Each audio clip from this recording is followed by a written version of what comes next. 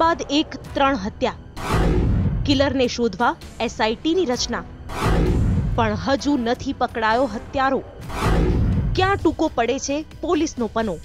ગાંધીનગર જિલ્લાના અડાલજ અને ઇન્ફોસિટી પોલીસ મથકની હદમાં છેલ્લા 3.5 મહિના દરમિયાન 3 હત્યાઓ થઈ.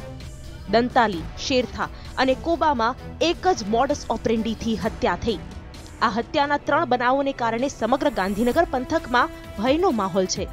પાટનગર ગાંધીનગરમાં પિસ્તોલ કે રિવોલ્વર જેવા હથિયારથી ગોળી મારી હત્યા કરી દેવાઈ અને આ હત્યારાને ઝડપી પાડવા માટે 7 પીઆઈ, 1 પીએસઆઈ મળીને 8 પોલીસ અધિકારીઓની એસઆઈટી બનાવાઈ.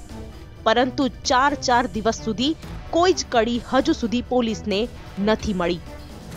જે 8 જેટલા પોલીસ અધિકારીઓની ટીમ છે તેઓ અલગ અલગ દિશામાં અલગ અલગ એંગલથી તપાસ કરી રહી છે, પરંતુ આ હત્યારા સુધી પહોંચી શકાય તેવી કોઈ ચોક્કસ કડી નહીં મળી આવતા હવે ફોરેન્સિક એક્સપર્ટની સાથે જે સાયકોલોજિસ્ટની પણ મદદ લેવામાં આવી રહી છે.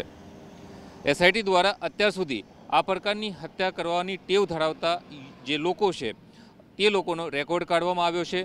લૂંટ કરી હત્યા કરનાર તથા આ પ્રકારના જે આ ત્રણેય હત્યાના બનાવમાં જે હથિયારનો ઉપયોગ થયો છે તે પ્રકારના હત્યાનો ઉપયોગ કરનાર જે હિસ્ટ્રી શીટરો છે તેઓની પણ શોધખોળ શરૂ કરવામાં આવી છે. ત્રણેય ઘટના સ્થળના રસ્તાઓથી સીસીટીવી કબજે લેવાયા. શંકાસ્પદ લોકોની હિલચાલ અંગે તપાસ અને ફોરેન્સિક નિષ્ણાંતોની પણ મદદ લેવાઈ રહી છે. ત્યારે ગુનેગારોનો રેકોર્ડ પણ તપાસાઈ રહ્યો છે. TV9 ગુજરાતીની YouTube ચેનલને સબસ્ક્રાઇબ કરો અને બેલ બટન જરૂરથી દબાવો જેથી દરેક વિડીયોના નોટિફિકેશન તમને મળતા રહે. એસઆઈટીમાં સામેલ અધિકારીઓની પેટા ટીમો પણ બનાવવામાં આવી છે અને તમામને અલગ અલગ કામગીરી સોંપવામાં આવી છે. કોઈ પણ હિસાબે હત્યારાને શોધી કાઢવા માટે એસઆઈટી પ્રયત્નશીલ હોવાનું કહેવામાં આવી રહ્યું છે, પરંતુ હત્યારાની ઓળખ થઈ શકે તેવો પણ કોઈ જ પુરાવો હજુ સુધી હાથ નથી લાગ્યો. જો કોઈ ચોક્કસ કડી જ મળી નથી તો પછી હત્યારાને શોધવો કઈ રીતે? એ પ્રશ્નની મૂંઝવણ અને સમસ્યા સાથે પોલીસે ફોરેન્સિક નિષ્ણાંતોની તો મદદ લીધી છે. નિષ્ણાંતોની સાથે પોલીસે સિરિયલ કિલરને શોધવા લોકોની મદદ માંગી છે. પોલીસે અપીલ કરી છે કે શંકાસ્પદ ઇસમ અંગે માહિતી આપો. પોલીસે હેલ્પલાઇન નંબર અને વોટ્સએપ પર પણ માહિતી આપવા અપીલ કરી છે. ભૂતકાળના અનેક બનાવોની ફાઇલો ખોલવામાં આવી છે, પરંતુ આ હત્યારા સુધી પહોંચી શકાય તેવી કોઈ જ કડી નહીં મળી આવતા ગાંધીનગર જિલ્લા પોલીસ પણ હવે મૂંઝવણમાં મુકાઈ છે.